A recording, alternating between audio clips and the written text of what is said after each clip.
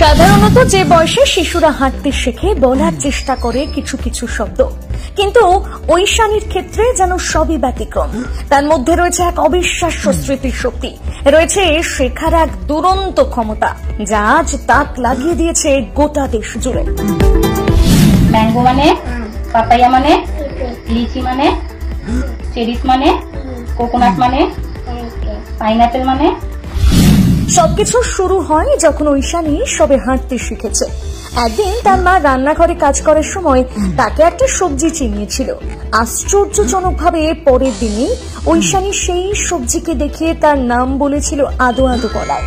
এখান থেকেই বুঝতে পারেন ওর মা বাবা ওদের সন্তান আর 5টা শিশুর মতো নয়, ওর মধ্যে রয়েছে এক অস্বাভাবিক স্মরণ শক্তি।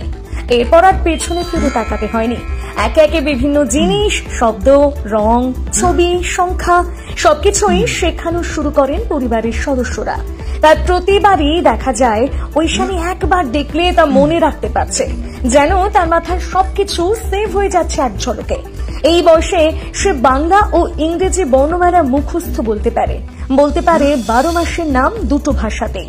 পশু পাখি, ফুল ফল এই ছোট ছোট ছবিগুলো শুধু চিনতেই পারে না, তার নাম ও বৈশিষ্ট্য বলতে পারে ঐশানী। সবচেয়ে অবাক করা বিষয় হলো মাত্র 2 বছর 4 মাস বয়সে সে 1 থেকে 8 পর্যন্ত নামটা পরিষ্কারভাবে বলতে পারে। আর শুধু তাই নয়, সে জানে 100-র বেশি সাধারণ জ্ঞানের প্রশ্নের উত্তর, যা অনেক বড়দের কাছেও কঠিন। ও এখন কি কি পারে? ও পারা বলতে 1 থেকে 8 ঘর পর্যন্ত নামটা পারে।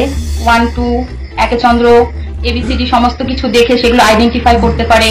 কালার, ভেজিটেবলস, অ্যানিমেলস, তারপরে ইনসেক্টস, তারপরে যে পেশা বা ফ্যামিলি সমস্ত কিছু যেগুলো, বা ওর নিজের বয়স, যে নাম ঠিকানা সমস্ত কিছু এগুলো পারে। এই অসাধারণ প্রতিভা শুধু পরিবারের গণ্ডিতে সীমাবদ্ধ থাকেনি। ঐশানীর প্রতিভার কথা ছড়িয়ে পড়ে সোশ্যাল মিডিয়ার মাধ্যমে। এরপরে ইন্ডিয়া বুক অফ রেকর্ডসের নজরে আসে এই বিস্ময় বালিকা। যাচাই বাছাইয়ের পর ওর স্মৃতিশক্তি ও জ্ঞান দেখে তারা রীতিমতন অভিভূত, এবং খুব স্বাভাবিকভাবে ঐশানী মণ্ডলকে দেওয়া হয় ইন্ডিয়া বুক অফ রেকর্ডসের সম্মাননা। এই স্বীকৃতি শুধু ঐশানী নয়, তার পরিবার, তার শিক্ষাদান করা মা বাবা এবং পুরো তাহিরপুর তথা নদিয়া জেলার গর্ব। মা হিসাবে তো আমার খুবই ভালো লাগছে। মানে এইটুকু বয়সে ওকে নিয়ে আমার খুবই গর্ববোধ হয় যে ও এত বড় একটা অ্যাওয়ার্ড পেলো। মানে একটা কি বলবো, আমি খুব খুব খুব খুশি। শিশুটির মা বাবার কাছ থেকে জানা যায় তারা কখনোই শিশুটিকে চাপ দিয়ে কিছু শেখান না, বরং খেলতে খেলতে শেখার পরিবেশ তৈরি করেন যাতে ঐশানীর মধ্যে শেখার আগ্রহ বজায় থাকে। শুধু স্মৃতিশক্তি নয়, ঐশানীর আচরণ, শব্দ চয়ন এবং বোঝার ক্ষমতা খুব পরিণত। এই বয়সে শিশুরা যেখানে কথাও ঠিক মতন বলতে শেখে না, সেখানে ঐশানী পরিষ্কারভাবে প্রশ্নের উত্তর দিতে পারে, নিজের মত প্রকাশ করতে পারে এবং নতুন জিনিস শেখার প্রতি এক অসাধারণ আগ্রহ দেখায়। ওর যখন 5 মাস বয়স, তখন আমি ওকে জনি পাপা এটা শুনিয়েছিলাম জাস্ট একবার। তো পরে আমি এমনি ক্যামেরাটা অন করে আমি ওকে বলছিলাম যে জনি জনি ইয়েস পাপা। তারপরে যখন নো পাপা হয়, ও তখন দেখলাম একাই এরকম ঘাটটা ঝাঁকালো। সেটা ক্যামেরা বন্দি ছিল। তো তারপরে মনে হলো যে আমি তো জাস্ট একবার বললাম, এটা ওর মনে আছে। তারপরে যে কোনো জিনিস যদি দেখিয়ে দিতাম, কোনো অ্যানিমালস বা ফ্লাওয়ার বা যে কোনো সবজি, আমাদের সামনে সবজি আছে, তো ওইগুলো দেখালে একবার পরে দেখতে বলতে পারতো, তখন জাস্ট আইডেন্টিফাই করতে পারতো। তখন তো এখনো কথা বলে শেখেনি।